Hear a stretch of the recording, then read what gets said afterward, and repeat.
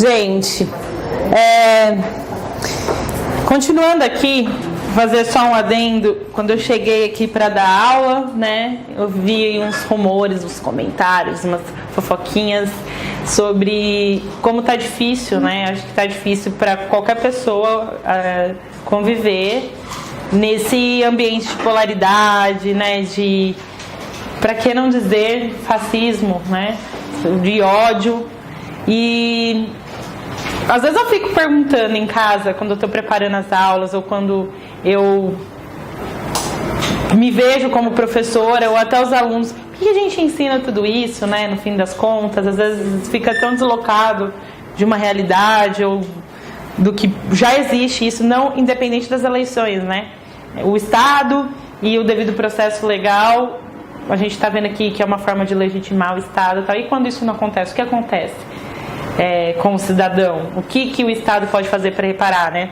Então a gente passa, não sei se editou, se ela tinha desligado naquela hora. A gente está falando, a gente estuda processo, mas tem uma realidade, às vezes até de coisas muito mais bobas, que são bem maiores do que a gente está estudando, né? Então, só fazendo essa crítica, porque isso daria, na verdade, até nem sei se eu conseguiria falar muito mais sem ser do cunho processual, mas é difícil a gente ficar aqui tentando entender a proporcionalidade, não sei o quê, e depois voltar para o mundo real, né? Mas como que a gente está com um objetivo maior, e no concurso que o edital vai sair, se Deus quiser, ainda vai estar caindo a Constituição de 88 e tudo isso, a gente continua aqui com força e vontade para pelo menos chegar lá, né? Alguma coisa vai ter que servir. Então vamos lá. Voltando, função do princípio do devido processo legal. E por que falar em função agora? Para Humberto Ávila, eu já antecipando que depois vou falar, para ele não deveria, uma tautologia. O que é tautologia? É quando você está dizendo uma coisa de forma redundante, né? Você explica alguma coisa por ela mesma. E então ele diz que o devido processo legal substancial é tautológico, essa divisão, porque a partir do momento em que você tem princípios e que a função dos princípios é aquelas funções, as três que eu falei lá antes, mas não só. E lembra que eu falei, uma das funções aqui que a gente vai ver é o próprio princípio da proporcionalidade. Ou seja, se a partir do momento que um princípio está positivado e ele tem que passar, ele não precisa passar o princípio em si, não o devido processo legal, ele não precisa passar pelo crivo da proporcionalidade, porque ele é o devido processo legal. A partir do momento que ele é um princípio ele tem que ser sopesado, e ele vai ser sopesado a partir da proporcionalidade, todo princípio. E se todo princípio, então, deve seguir a regra da proporcionalidade, não tem que se falar que o devido processo legal tem uma divisão disso. Por ele ser princípio, ele é sopesado, e ele é sopesado dessa forma. Entende? Então, para ele é uma tautologia você ficar separando isso. Principalmente porque a nossa Constituição, isso está lá no texto, tá? Para quem quiser entender mais profundamente, mas a nossa Constituição, segundo ele, define explicitamente tanto o princípio da liberdade quanto da igualdade. A liberdade no sentido do Estado, aquele sentido inicial que a gente falou do Estado liberal, aquela liberdade do Estado não se ingerir, né, não ingerir no indivíduo, então uma limitação ao poder estatal. E essa limitação ela vai se dar a partir da razoabilidade. E o princípio enfim, agora eu não me lembro. E o princípio da igualdade, que também está lá, que é a partir de utilizar meios isonômicos e adequados, você puxa naturalmente a ponderação por meio da proporcionalidade. Então, só o fato de a gente ter a igualdade e a liberdade faz com que todos os outros princípios precisam ser sopesados.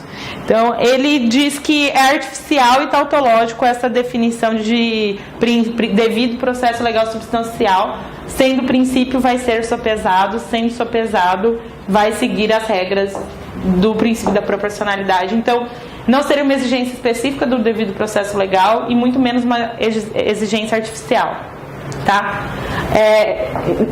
Agora, o que vem aqui que ele coloca, tá? A função do princípio do devido processo legal. Ele existindo, assim como os outros princípios, ele exerce algumas funções, como função integrativa. O que é a função integrativa? Ele cria elementos necessários à promoção do ideal de protetividade dos direitos. O que significa isso? Ele integra elementos, ele cria elementos. Como que ele cria elementos? Peraí. Não. Então ele cria elementos, tá? E a partir do momento que ele cria elementos, ele deve integrar esses elementos. Como que é criar elementos? Por exemplo, o fato de você dizer que a prova é ilícita, uma interceptação telefônica, se não seguir as regras da Constituição, ela é ilícita, você está definindo elementos do próprio princípio. Então, o que ele diz? A função do princípio é justamente ele próprio criar esses elementos, dizer quais são as regrinhas que ainda não são regras em si, mas quais são os elementos que definem aquele conteúdo. Então, segundo Humberto Ávila, esse conteúdo do devido processo legal ele já tem que ser estabelecido não necessariamente pela Constituição, poderia ser, como nos Estados Unidos, a própria jurisprudência ir determinando quais são os elementos que constituem o devido processo legal. O que no Brasil é considerado ilegal ou não dentro do devido processo, sabe? Então ele diz que a função do princípio é essa, inclusive pelo seu lado formal, que a gente vai falar depois, que ainda continuando em quem separa, que é o devido processo legal procedimental, que é o que seria oposto ao substancial, né? Então, ele diz que a função do devido processo legal, sem distinguir entre substancial e procedimental, é essa. Outra função, interpretativa. O princípio do devido processo legal serve, assim como outros princípios, para interpretar as regras que já prevêem elementos necessários à promoção do ideal de protetividade. Ou seja, é simplesmente interpretativo mesmo. Existem regras ali que precisam de concretude no caso concreto e às vezes os princípios vão ser vão ser os responsáveis por trazer essa concretude, trazer esses elementos aí que vão proteger e trazer maior grau aí de proteção para essa regra. E a função bloqueadora? Bloquear a eficácia das regras que prevêem elementos que são incompatíveis com a promoção do ideal de protetividade que aquele sistema escolheu. Então, a partir do momento que tem uma regra que não está de acordo com aquele princípio, esse princípio bloqueia essa regra. Aí, o que ele diz? Isso aqui é do texto dele. No entanto, no Brasil, em que a Constituição Federal explicita certos elementos imanentes ao princípio, ou seja, que fazem parte do princípio, como a do juiz natural, que está lá no artigo 5º, 37, inciso 37, o juiz imparcial, 95 da Constituição Federal, ampla defesa e contraditório, no artigo 5º, 55, motivação dos atos decisórios, 93, inciso 9, publicidade dos atos, artigo 5º, inciso 60, e artigo 93, e proibição de prova ilícita, o artigo 5º, inciso 56, a função princípio do princípio do devido processo legal é a rearticulação desses elementos, que é relacionado mais a essa função integrativa ali também. O que é a rearticulação? Como ele não vai criar elementos, porque esses elementos já estão criados, né? Então, não que isso nunca possa existir, mas o que ele quis dizer é assim, o devido processo legal, muito na ideia até que eu falei que alguns têm, o Nelson Nery e tal, como esse devido processo legal já tem, a partir dele, muitos consectâneos, né, muitas regras que são derivadas desse próprio princípio, ele já tem os seus elementos definidos pela própria Constituição Federal. Então, segundo ele, o devido processo legal, ele é um supra-princípio que vai organizar todos esses aqui, na linha um pouco nesse aspecto do Nelson Nery, ou seja, é um princípio que não só funda, o Nelson Nery dizia, né, que era um princípio fundante, mas não só funda os outros princípios. Esses princípios, na verdade, são elementos dos quais o devido processo legal deve colocar e articular eles, dando então o seu como é que é? Dando a sua força, tá? Imprimindo a força e organizando todo o resto. Que a gente vê que é uma ideia própria, eu trouxe porque eu acho muito legal, eu nunca tinha entendido tão bem essa ideia de por que o devido processo legal é separado disso. E realmente, quando a gente estuda princípios no geral, a gente sempre está estudando proporcionalidade, razoabilidade ou como aplicá-los. Então, me pareceu muito já intuitivo na minha cabeça o que ele colocou com palavras e com conhecimento muito legal nesse texto. E eu meio que compartilho pelo menos desse princípio, dessa ideia dele, e acho que é interessante para que vocês vão um pouco além aí dessas discussões. Mas se pegar um resumão e que vai ser exigido na primeira fase, talvez até sem na segunda também você pode usar, é essa divisão entre devido processo legal substancial e o devido processo legal procedimental, que é o quê? Um processo justo. Justo como? Ampla participação das partes, efetiva proteção de direitos, acesso à justiça. Só isso? Não. O conteúdo, na verdade, ele é relacionado só aos procedimentos. Então, a lei criaria procedimentos respeitando a participação das partes, a efetiva proteção dos direitos, acesso à justiça, e esses instrumentos, esses procedimentos, então, na hora que você analisa eles formalmente, que também é chamado de devido processo legal formal, essas regras procedimentais, o próprio processo em si, então, se as partes têm de fato, né, a gente costuma dizer que as partes têm que ter paridade de armas. Essa paridade de armas das partes perante a jurisdição, então durante um processo, estritamente falando, essa paridade de armas seria o que comportaria aqui o devido processo legal procedimental. Tá? Bom, com isso a gente termina o devido processo e a gente entra então nos... Alguns dirão subprincípios do devido processo legal, ou alguns não vão entender necessariamente como subprincípios, mas acabam fazendo parte como elementos, né, do que é o devido processo legal. Então a gente vai começar a esmiuçar onde que está isso na Constituição, no Código de Processo Civil, esses subprincípios. Eu vou falar aqui como subprincípios. Contraditória e ampla defesa. Artigo 5º, inciso 55. Aos litigantes em processo judicial ou administrativo e aos acusados em geral são assegurados o contraditório e a ampla defesa, como os meios e recursos a ela inerentes. Tá? Bom, primeira coisa, eu já coloquei ali, contraditório e ampla defesa. Tem diferença? Alguém acha que tem? Alguém sabe que tem ou não tem? Alguém acha que teria que ter ou não tem? Sim, o contraditório está mais ligado ao direito de resposta, né? E a defesa, eu acho que tem os meios de o que eles costumam dizer é que o contraditório tem algumas divergências, mas no geral eles dizem que o contraditório é realmente a contradizer, né, no sentido de você... como se fosse até mais relacionado ao direito do autor, vamos dizer assim, mas não só, mas é o direito mais de você participar do processo e de poder reagir. E a ampla defesa mais relacionada às técnicas mesmo, à defesa, e aí acaba às vezes até mais relacionada ao réu, porque é o direito aí de você realmente não só contradizer, né, de você reagir a uma resposta aí.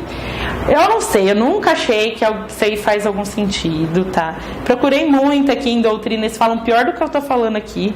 Então, eu sugiro que, embora, assim, se numa prova objetiva é difícil que caia, mas se numa prova eles tentarem induzir que há uma diferença, vocês tentem ir mais por esse caminho, né? Que ampla defesa é realmente os meios, né, colocados ali a disposição para defesa técnica, principalmente, e tudo mais, e que o contraditório já seria essa participação conjunta, mas mais ligada à parte autora, enfim.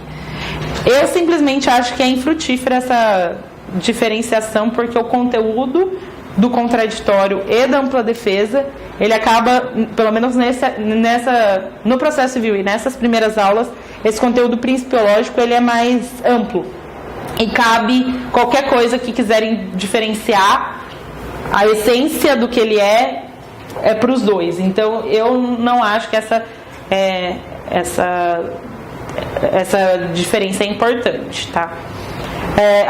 Mas como eles colocam e ampla defesa, né, oposição não, mas colocam como a mesma coisa, ou eu trouxe aqui. Bom, essa ideia de que o contraditório e ampla defesa, como os meios e recursos, né, a ela inerentes, deve ser efetivado, ele é inclusive no processo arbitral, né, aí eu coloquei o artigo 21, parágrafo 2º da lei, tá, com previsão expressa. Então, o procedimento arbitral, ele também ocorre sob o crivo do contraditório. No geral, qualquer processo, quando a gente fala em processo, como eu falei também um pouquinho anteriormente, processo é procedimento em contraditório. Já é da essência do processo que seja em contraditório. Então, no CPC, onde que ele vai estar detalhado? E aí já então entrando, assim como a lei da arbitragem, nas leis infraconstitucionais. Artigo 7º, no CPC. Até o artigo 12 no CPC, o CPC quis definir explicitamente princípios do processo civil, tá? Então, princípios que já estão na Constituição Federal, como a gente vai passar um por um, como princípios implícitos e explícitos e princípios até iguais, e tem uns que eles copiam da Constituição Federal e colocam aí até o artigo 12. Eles quiseram sistematizar os princípios, então, que regeriam a disciplina processual civil. Então tá lá, o artigo 7º, que é bastante relacionado ao contraditório. É assegurado às partes paridade de tratamento em relação ao exercício de direitos e faculdades processuais, aos meios de defesa, aos ônus, aos deveres e à aplicação de sanções processuais, competindo ao juiz zelar pelo efetivo contraditório. Então, no início ali, ele fala do princípio da igualdade, né, da isonomia das partes no processo, que se relaciona com o contraditório, mas que poderia não ser considerado a mesma coisa. E no final, ele ainda vem e fala que o juiz deve zelar pelo efetivo contraditório. Onde mais? Artigo 9º. Não se proferirá decisão contra uma das partes sem que ela seja previamente ouvida. E aí vem, parágrafo único, né? A exceção disso, que seria um contraditório diferido, que a gente chama. A tutela provisória de urgência, então, a cautelar e antecipada. As hipóteses da tutela de evidência, mas somente as que são dos incisos 2 e 3, porque isso aí vocês têm mais pra frente, mas não são todas as hipóteses da tutela de evidência que podem comportar liminares. O que é liminar? Liminar inaudita altera partes. Quando você tem uma decisão sem ouvir a outra parte, sem oitiva da outra parte. Essa é a tradução do latim. Então, toda decisão que não escuta a outra parte, ela, no caso a ré, ela é uma liminar, né? E aí, não são todos os casos, por exemplo, de tutela de evidência que é possível o juiz proferir sem que a outra parte seja ouvida. Só nos casos 2 e 3. Então, é por isso que ele coloca. Nesses casos, a própria regra está excepcionando o contraditório, ou seja, o juiz pode dar uma liminar, seja em tutela de urgência ou na de evidência nesses casos. Ou a decisão prevista no artigo 701, que é sobre monitória, tá? Sobre ação monitória. Então, ele fala assim, nesses casos, de fato, mesmo sem ouvir a parte contrária, ou seja, mesmo sem realização do contraditório, é possível que o ato não seja considerado ilegal. Então, são exceções que o próprio código dá, né? Que é o contraditório, que a gente chama também de contraditório diferido, contraditório diminuído.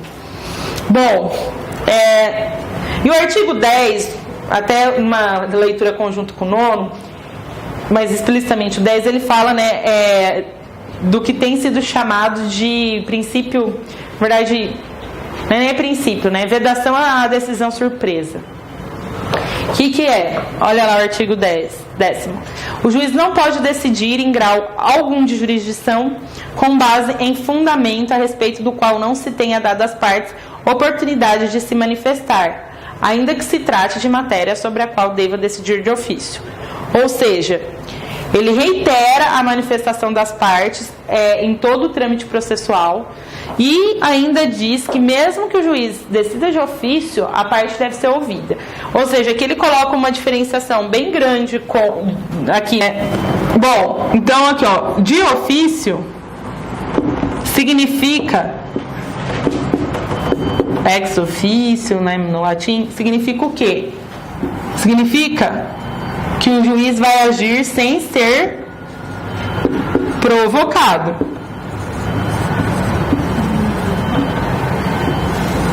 Ou seja, ele viu algo errado ali, ou algo que ele deva se pronunciar em alguns casos. O juiz, então, sem que nenhuma das partes tenha falado, ô juiz, decida sobre isso, o juiz, então, vai, sem a provocação das partes, decidir sobre algo. Só que essa decisão do juiz, ele está falando, não é uma decisão que tem que ser imposta.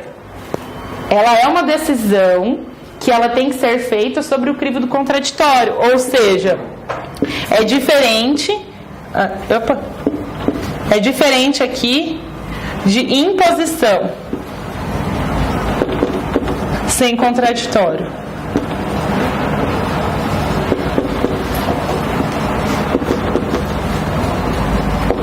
Alguém fala alguma coisa que o juiz deve ver de ofício, por exemplo? Ok, litispendência, tá? Litispendência é uma matéria que o juiz pode de ofício, tá lá no 337, as matérias que o juiz, não só lá, né, mas o 337 tem o rol, principalmente das preliminares. Litispendência, ou seja, havendo uma mesma ação, com os mesmos pedidos, partes e causa de pedir, que são pedidos, partes e causa de pedir, é o que identifica uma demanda. Então, a partir do momento que tem uma outra demanda com esses mesmos elementos, né, que a gente chama os elementos da ação, partes, pedido e causa de pedir, a gente tem uma demanda igual. Você está pedindo a mesma coisa contra as mesmas pessoas e com os mesmos fundamentos de um pedido. Então, você tem uma demanda igual. Se você tem uma demanda igual, o que você faz? Julga-se extinta sem resolução do mérito por litispendência. É o nome dado a esse fenômeno quando você tem, então, uma ação igual. Se é uma ação igual, não pode ser julgada duas ações, porque a jurisdição é única e ela vai dar uma resposta só. Ok. Então, no caso de litispendência, o juiz vendo que há litispendência, ele vai e pode de ofício arguir a litispendência. Né? Arguir não, né? Colocar ali. O que está dizendo aqui é que ele ainda tem que oportunizar as partes, ele já não poderia aqui extinguir sem resolução do mérito. Ele teria que oportunizar as partes para que elas dissessem, não é igual. Não, é igual. O juiz só diga assim, o juiz teria que dizer, eu aqui estou dizendo, né, no caso, não precisa dizer que ele está dizendo de ofício, mas eu aqui, juiz, estou dizendo de ofício que vou extinguir sem resolução do mérito porque há litispendência. Dou prazo de 5 dias para as partes manifestarem, por exemplo. Segundo a interpretação desse artigo, seria o correto o juiz fazer. Então, mesmo nos casos em que ele deva ou possa agir de ofício, ele tem que oportunizar as partes para que elas se manifestem. Mesmo que depois ele já vai decidir o que ele já ia, mas ele teria, né? Ele tem que ouvir as partes, mesmo que ele siga com o que ele já achava que era. Então é isso que diz o artigo 10º. O artigo 10º também, então, tem sido utilizado como vedação à decisão surpresa, né? Então, assim, é uma decisão que, por mais que foi feita sem a provocação das partes, elas participaram no desenvolvimento dela. Então, não foi uma surpresa para as pessoas. E vamos lá, artigo 98, agora aqui, eles são esse 7º, 9º e 10º, eles são principiológicos e estão na parte lá dos... Como chama mesmo aqui? Chama das normas processuais civis, das normas fundamentais de aplicação das normas processuais. Então, é bem, justamente, como eu disse, a explicitação dos artigos principiológicos. A partir de agora, eu vou só citar, não é taxativo, mas citar em alguns outros casos em que o princípio do contraditório também tem alguma relevância. Então, o 98, parágrafo 1º, inciso 8º. Peguei porque fala sobre a gratuidade da justiça, que é importante, né, para a advocacia pública, mas também para a advocacia privada relacionada aos hipossuficientes. Então, tem lá no artigo 8º que os depósitos previstos em lei para interposição de recurso, para a propositura de ação e para a prática de outros atos processuais inerentes ao exercício da ampla defesa e do contraditório, eles também devem estar eles também devem ser gratuitos, né? Todos esses atos, ou seja, eles devem estar dentro da ideia de gratuidade da justiça. Então, tudo aquilo que for feito para o exercício da ampla defesa e do contraditório deve integrar a gratuidade da justiça.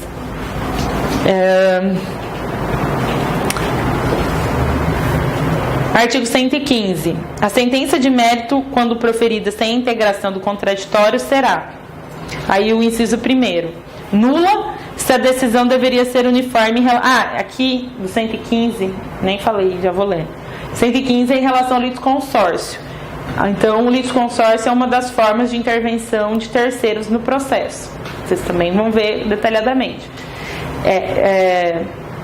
E aí vem a sentença de mérito, quando proferida sem a integração do contraditório nos casos de litisconsórcio, será nula se a decisão deveria ser uniforme em relação a todos que deveriam ter integrado o processo, né? Que é o que a gente chama de litisconsórcio unitário. Ineficaz nos casos apenas para os que não foram citados.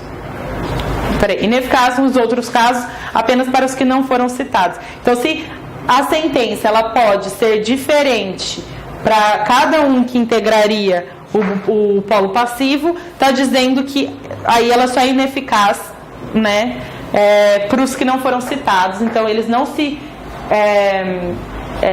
submetem aos efeitos dessa coisa julgada, por exemplo, ou dessa decisão, caso ela ainda não tenha feito coisa julgada, mas para aqueles outros, sim. Então, aqui é uma diferenciação dos efeitos da não observância do contraditório em relação ao litisconsórcio.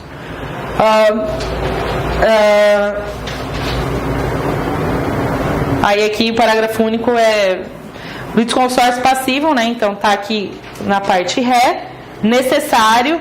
Então é o litisconsórcio em que todos devem participar do processo por força do direito material ou da própria lei.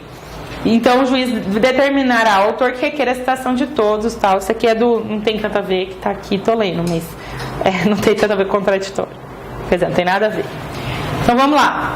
Então o que integra o conceito tradicional no sentido, esse tradicional aqui é o que vocês vão ver nos manuais e que é mais observado sobre o contraditório. Ele integra mais ou menos essas três ideias: informação mais possibilidade de reação mais poder de influência. Então, o que seria informação? Os meios tradicionais para o processo, principalmente o processo individual, né, que a gente está falando aqui, processo de conhecimento, porque talvez no processo coletivo a informação possa ser diferente, mas para o processo tradicional, individual, as hipóteses principalmente clássicas, né, de informação estão lá no 269. E aí eu coloquei, né, que é a citação e intimação. Então, a citação, como ela pode se dar? Por correio, oficial de justiça, edital e meios eletrônicos, né? E a intimação sempre na pessoa do advogado. Então, quem já quiser, igual eu falei, né, agora cada vez mais vai vir com o artigo.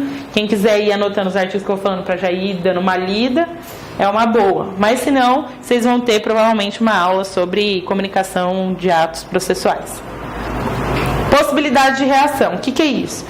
Não adianta nada você ser informado se você não puder participar do processo num tempo razoável, né, que você tenha como fazer a sua manifestação corretamente.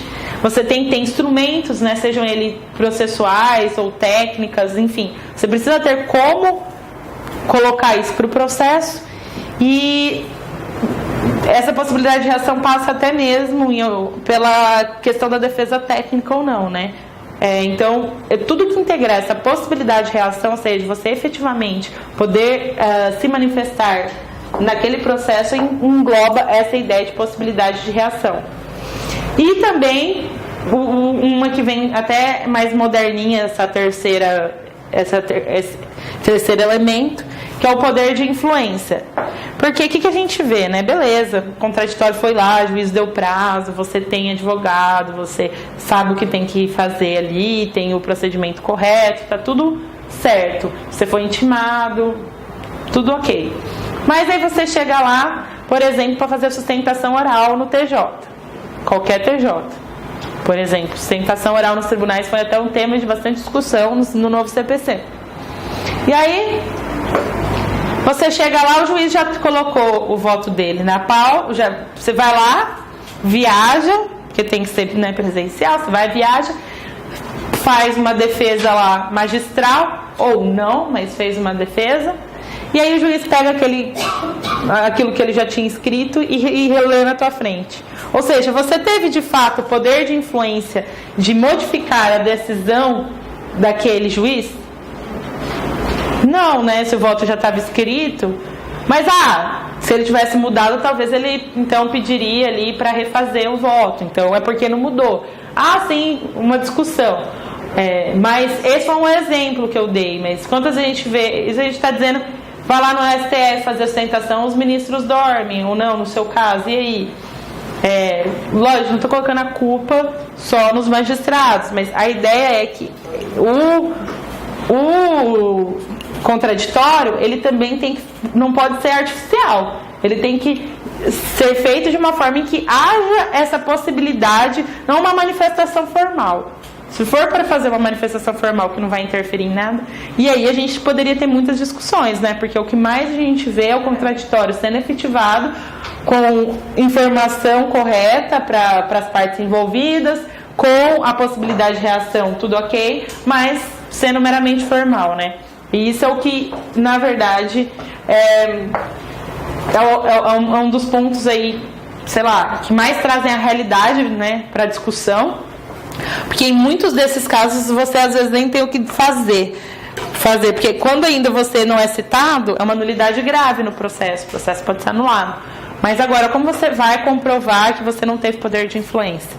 Aí fica para os jornais e para a história decidir quando esse poder de influência existiu ou não, né? Mas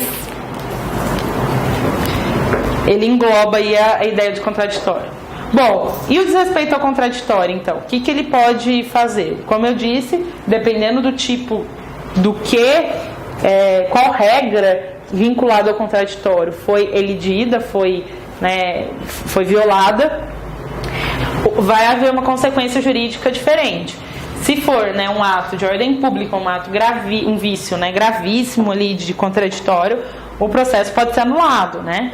E aí, o que eu só trouxe? Pode ser anulado, mas vamos lá. O contraditório é moldado essencialmente para a proteção das partes durante a demanda judicial. Não tem nenhum sentido que o seu desrespeito, se não gerar o prejuízo, né, para a parte que seria protegida pela sua observação, gere nulidade do ato, ou até mesmo, né, do processo como um todo. Então, porque em alguns atos você pode ter, em alguns casos, você tem apenas o ato anulado, com um vício, o vício seria o desrespeito ao contraditório.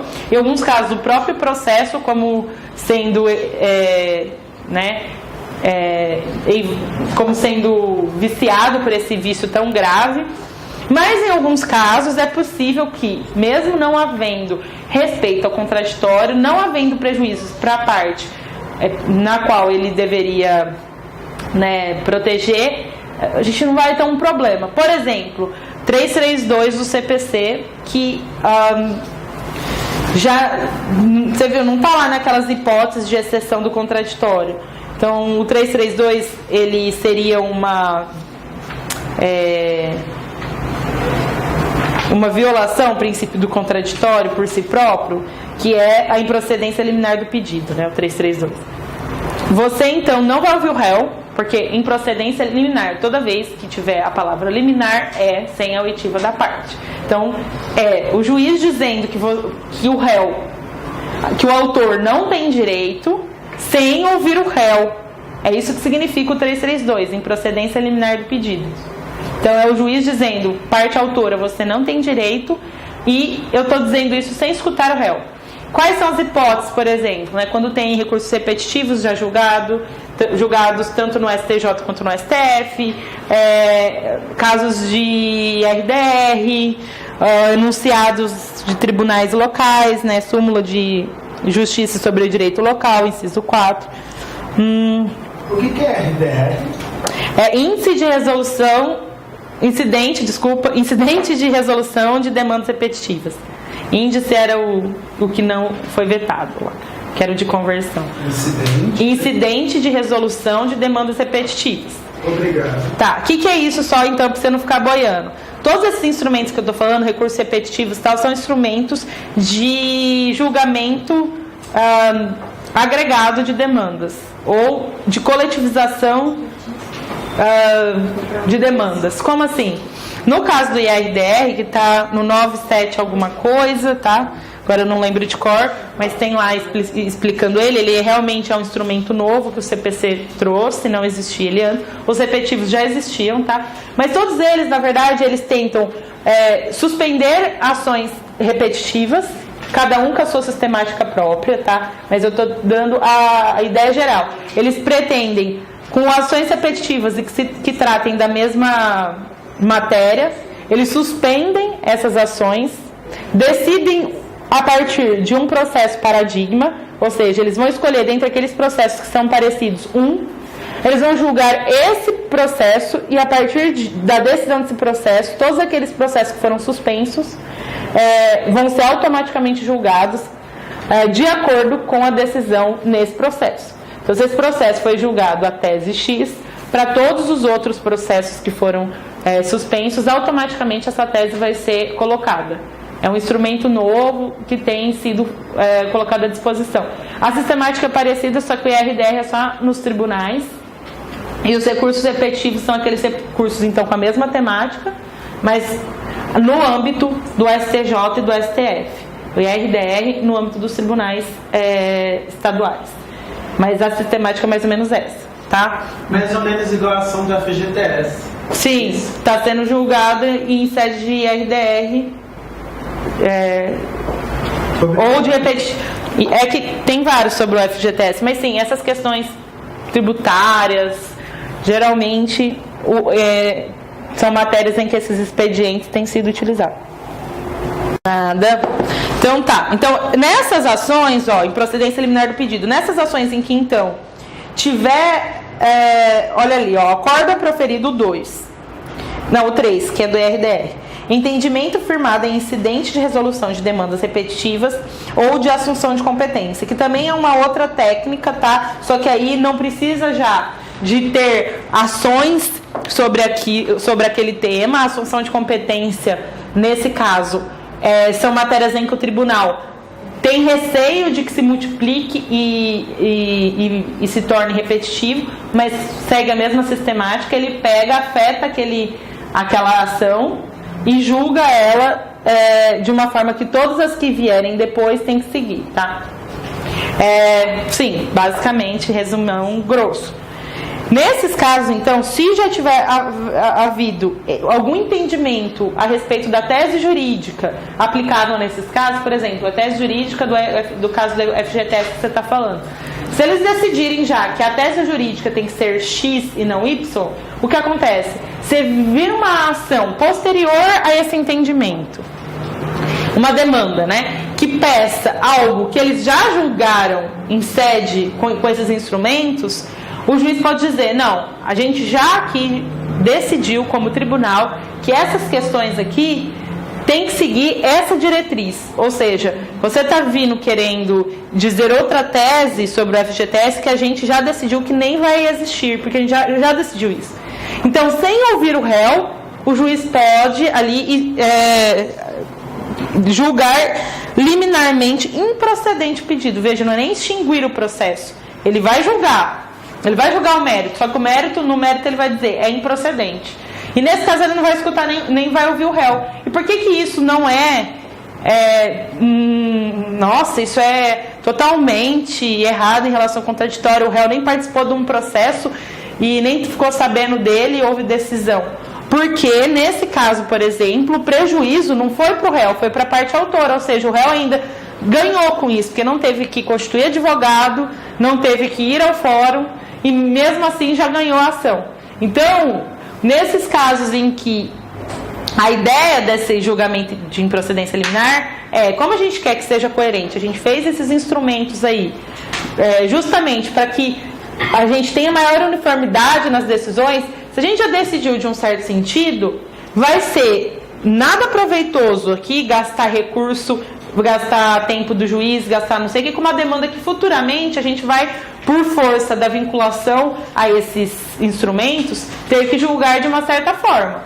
Então, se você já está vindo sabendo que a gente já decidiu em sede de repetitivo ou de RDR a respeito de uma certa tese, e ainda quer encher o saco do judiciário, você não vai conseguir. É isso que está querendo dizer, tá? Então, isso seria improcedência liminar.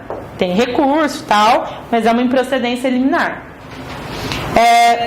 Nesse caso, o réu não foi escutado, não foi ouvido, não está excepcionado de nenhuma forma, mas como não houve prejuízo para o réu, você não vai, assim, pode ser que alguém ainda fale que mesmo assim teria que ter contraditório, mas aí acaba ficando meio sem pé nem cabeça, sem necessidade, né? Porque o réu ainda ganhou sem ter participado, então não houve efetivo respeito ao contraditório em relação ao réu. Mas em relação ao autor, será que houve, né? Aí pode até prolongar, mas não é uma discussão muito pungente aí na doutrina. É um exemplo aí de que nem sempre o desrespeito ao contraditório gera nulidade. Precisa de se entender o prejuízo que a parte teria suportado. No caso da parte não ter suportado nenhum prejuízo, a nulidade acaba nem existindo. Então, a nulidade é o vício, desculpa. Essa ideia também, ela está muito presente uma parte aqui do código também, que diz sobre as nulidades processuais, que a gente vai passar também. Quando que os vícios geram nulidades? No geral, essa regra é a regra que você vai utilizar no processo civil como um todo. Sempre que não houver prejuízo, mesmo fazendo algo errado no processo, não havendo prejuízo para a parte, não se considera uma nulidade, se puder aproveitar, né, o processo. Então, entra aí as ideias de economia processual, que a gente vai ver também e tal. Então, seguindo essa sistemática da nulidade, isso também é aplicável ao desrespeito ao contraditório. Então, tá bom. Então, muito obrigada. Mais cedo. Presidente. Hã?